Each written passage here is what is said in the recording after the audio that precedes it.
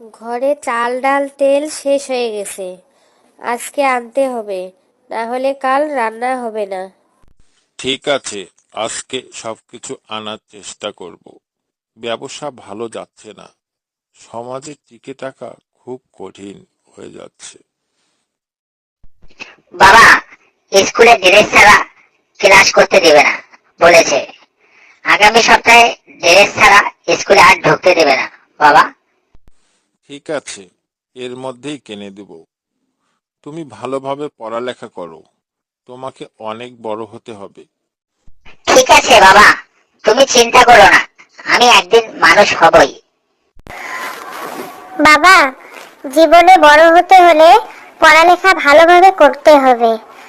আবার শুধু বই নিয়ে পড়ে থাকলে চলবে না, তোমাকে বাড়তি জ্ঞান অর্জন করতে হবে। তাহলে তুমি সব প্রতিযোগিতায় টিকে থাকতে পারবে। হ্যাঁ মা, আমিও তো স্বপ্ন দেখি জীবনে একদিন পড়ালেখা করে অনেক বড় হব, তখন আর কোনো আমাদের অভাব থাকবে না। আমাদের এখন যে অবস্থা, এতে ড্রেস কেনা তো সম্ভব না। তাই মনে মনে ভাবলাম প্রাইস বন্ডগুলো ভাঙিয়ে ফেলবো। ঠিক আছে, প্রাইজ বন্ড হলো বিপদের সঙ্গী। আর মাত্র 3 দিন পর প্রাইজ বন্ডের লটারি। একটু অপেক্ষা করি, ভগবান চাইলে কি না হয়। ঠিক বলেছ তুমি, তাহলে 3 দিন পরেই ভাঙাই।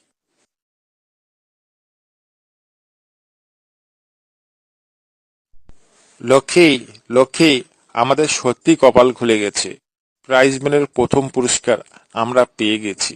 ভগবান আমাদের দিকে তাকিয়েছে, অভাব আর থাকবে না আমাদের জীবনে। আস্তে কথা বলো, কেউ শুনে নেবে, পরে আবার বিপদ চলে আসবে। আমি শুনলাম এ টাকা তুলতে নাকি ঢাকায় যাওয়া লাগবে। আমি তো কোনোদিন ঢাকা যাইনি, আবার কোন বিপদে পড়ি। কেন, ভঞ্জনকে নিয়ে যাও, ও তো তোমার ছোটবেলার বন্ধু। ওকে সব খুলে বলো, তাহলে ও তোমাকে সাহায্য করবে। ঠিক বলেছ, ওকে আমি সব কথা বলি তাহলে। বন্ধুকে বলে রঞ্জন বিপদ ডেকে নিয়ে আসলো। ভঞ্জন এত টাকার কথা শুনে মাথা নষ্ট হয়ে গেল।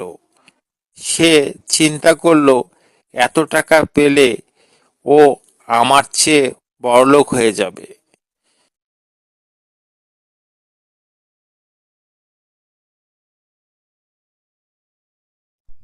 এগুলো কাজ দেরি করতে নাই, যত তাড়াতাড়ি কাজ করা যায় ততই ভালো। আসলে বন্ধু, আমার কাছে টাকা নেই, আর কয়েকদিন পরে যাই। আমি শুনেছি এর সময় 3 মাস থাকে। চলো, আমার টাকা দিয়ে তোমাকে নিয়ে যাই, পরে আমার টাকা শোধ দিও। তাহলে তো বন্ধু ভালোই হয়। তাহলে কালকে রাতে ট্রেনে চলে যাব বন্ধু। এই বলে বন্ধু মনে মনে ক্যাডার ঠিক করে, রাতে তাকে সাথে নিয়ে যায় ট্রেন লাইনে।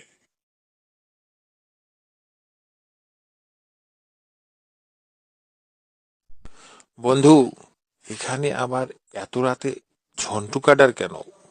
আমার তো ভয় ভয় লাগতেছে বন্ধু। ঝন্টুকে আমি আসতে বলেছি, ওকে আমার দরকার আছে, কিন্তু এই শালা আবার ওকে নিয়ে এসেছে কেন? বন্ধু, এত রাতে আবার তোমার কি কাজ আছে? রঞ্জন, তুমি একটু দূরে যাও, ওর সাথে আমার একটু কথা আছে। ঠিক আছে বন্ধু।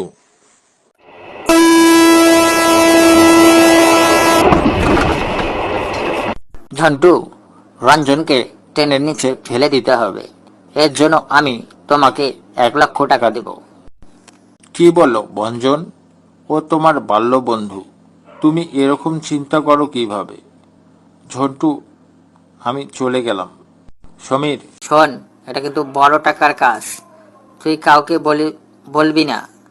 যদি বলিস তাহলে তোকেও কিন্তু মেরে ফেলবো আমি।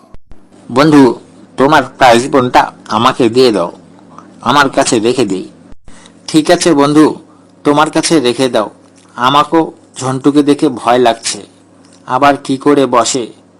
বন্ধু, ট্রেন এসে যাচ্ছে, তুমি কিছু খাবা নাকি? আমি তোমার আশা পূরণ করতে চাই। ঝন্টু, আমাকে তুমি ছেড়ে দাও। তুমি আমাকে এভাবে ধরছো কেন? আমার তো লাগছে খুব। বন্ধু, তুমি এত কষ্ট করে বেঁচে থেকে কি করো?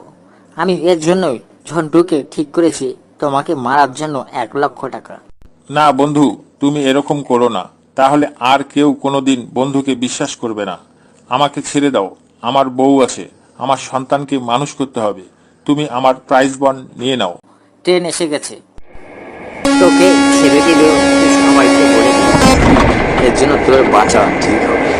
আমি মারা গেলেও তোদের ছাড়বো না। কেউ আমাকে বাঁচাও, কেউ আমাকে বাঁচাও, বাঁচাও।